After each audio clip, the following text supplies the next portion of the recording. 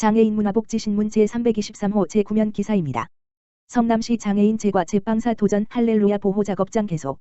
성남 지역 발달장애인들이 빵과 과자를 만드는 직업재활시설인 할렐루야 보호작업장이 중원구 상대원동 중앙인더스파이 6층에 설치돼 운영에 들어갔다.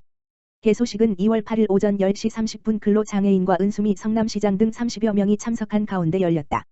191.6 규모인 할렐루야 보호작업장은 재과 제빵 실습시설과 재활 프로그램실, 상담실 등을 갖췄다. 사회복지법인 할렐루야 복지재단, 대표이사 서희열, 과 할렐루야 교회, 담임 목사 김승욱, 가 최근 3개월간 5억 원을 들여 설치했다. 연간 20명의 직업재활시설로 운영해 성남시에 사는 만 18세 물결표 쌓인 40세의 발달장애인을 대상으로 한 재과 제빵 기초, 기능훈련, 직업생활 기초훈련이 이루어진다. 성남시는 지난해 12월 재단 측이 신청한 발달장애인 직업재활시설 설치를 승인했으며 올해 11월부터 연간 4억 원의 운영비를 지원할 계획이다. 성남 지역 발달장애인은 시 등록장애인 36,097명 가운데 10%인 3,616명이다. 이번 할렐루야 보호작업장 개소로 성남 지역 장애인 직업훈련시설은 가나안 근로복지관, 샛별재활원 등을 포함해 모두 11곳으로 늘었다. 이들 시설에선 장애인 296명이 직업적응훈련을 받고 있다.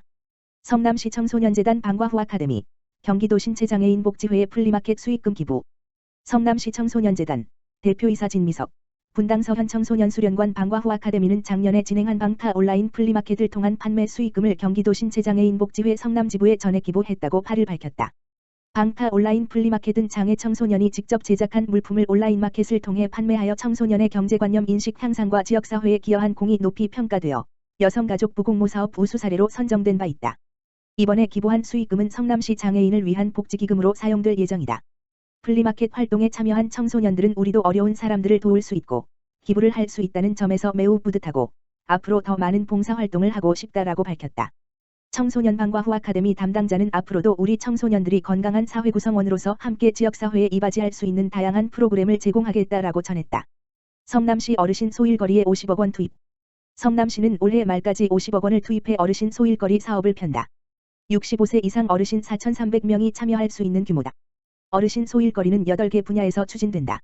경로당 안전지킴이 343명, 환경정비 3,046명, 어르신 환경감시단 336명, 클린공원 지킴이 300명, 실버 금연구역 지킴이 82명, 반려견 계도 6명, 어르신 복지 배달 서비스 2명, 복지도우미 145명 등이다. 이 중 경로당 안전지킴이 분야는 1월 3일 먼저 사업을 시작했다. 지역 내 각 경로당 회장을 안전지킴이로 지정 선발해 가스, 전기, 방역 등 경로당을 책임 관리하도록 했다. 월 5만 원의 보상금을 정액 지급한다. 다른 7개 분야 소일거리는 오는 2월 8일부터 16일까지 모두 3,937명 모집 절차를 밟아 오는 3월 2일부터 연말까지 사업을 시행한다. 하루 2시간씩, 한 달에 12시간 일하고 월 봉사료 13만 2,960원을 받게 된다. 성남시 생활임금 시급 1만 1,080원을 적용해 봉사료를 책정했다. 시 노인복지과 관계자는 어르신 소일거리 사업은 근로 능력이 있는 노인들에게 활기찬 노후 생활을 지원하고 용돈 마련의 기회를 제공해 호응이 크다면서 코로나19가 진정되면 경로당 급식도우미 분야의 소일거리 사업도 재개할 것이라고 말했다. 성남시는 어르신 소일거리 사업 외에 노인 일자리 및 사회활동 지원 사업 1.3 물결표 쌓인 12.31, 도 추진에 5,886명이 참여 중이다. 시흥시, 청각장애인 일상생활 돕는 경광등 지원. 시흥시, 시장 임병택는 청각장애인의 편안한 일상생활을 돕고 가정 내 안전사고를 예방하고자 청각장애인 무선 경광등 지원 사업을 추진한다. 지원 예정인 무선 경광등은 집 밖에서 초인종을 눌렀을 때 불빛이 들어와 청각장애인이 혼자 있을 때도 방문객을 쉽게 인지할 수 있도록 도움으로써 일상생활 속 불편함을 해소할 수 있을 것으로 기대된다. 경광등 지원 대상은 청각장애인 가구, 심한 청각장애인 및 심하지 않은 청각장애인 중 경광등 설치가 필요하다 판단되는 자 800세대다. 신청 기간은 오는 17일부터 23일까지이며 관할 주소지 행정복지센터에서 신청하면 된다. 시 관계자는 이번 경광등 지원으로 청각장애인들이 일상생활에서 느끼는 불편함과 불안감을 해소하길 바라며 장애인들이 제약 없는 환경 속에서 좀 더 자유롭게 생활할 수 있도록 앞으로도 최선을 다하겠다고 말했다.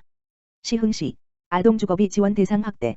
시흥시, 시장 임병택는 전국 지자체 최초로 민간 월세 임차인들의 월세 부담을 줄이기 위한 시흥형 주거비 지원 사업을 2016년부터 시행하고 있다.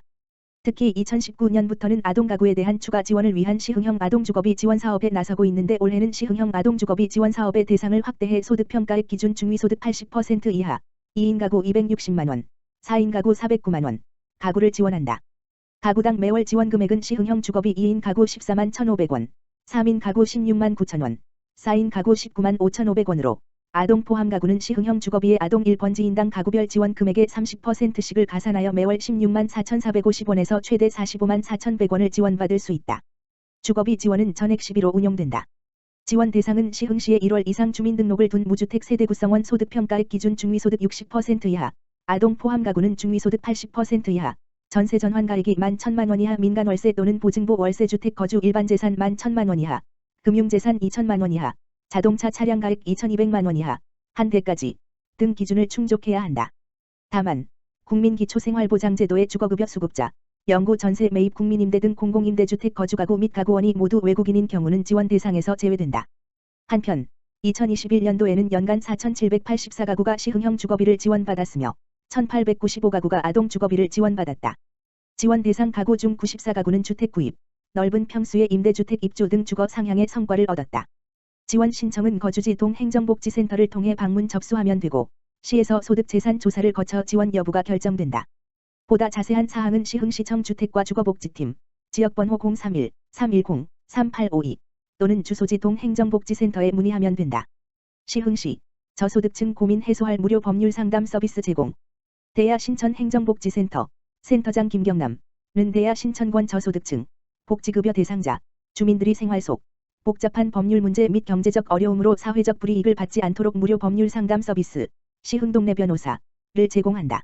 이번 서비스는 코로나19 장기화로 인해 심리적 경제적으로 어려움을 겪고 있는 저소득층에게 실생활에서 필요한 무료 법률 상담 및 행정 서비스 연계로 주민복지를 실현하고자 마련됐다. 무료 법률 상담 서비스는 2월부터 11월까지 매월 넷째 주 월요일 오전 9시 물결표 사인 오후 12시 월 1회 대야 신천행정복지센터 아람관 1층 담쟁이에서 채권, 채무, 임대차, 상속, 개인회생 등 각종 법률 상담 및 행정 상담 등을 진행한다. 법률 상담은 시민고충 담당관의 시민 무료 법률 상담 서비스와 협력 사업으로 법률 상담은 계영석 마을 변호사가, 그 외 행정 상담은 민원여건과 협력, 이경남 행정사가 진행하며 사전 예약을 통해 대면 상담, 서면 상담, 전화 상담 방식으로 이루어진다. 모든 복지 대상자는 법의 보호를 받아야 한다고 강조한 김경남 대야 신천행정복지센터장은 경제적 영향과 코로나19로 인한 복지 혜택 누락자 최소화에 힘을 쏟고 몸은 멀리 그러나 마음은 더 가깝게라는 희망 메시지를 전달하며 주민들에게 다가가는 복지 서비스를 위해 더욱 노력하겠다고 전했다.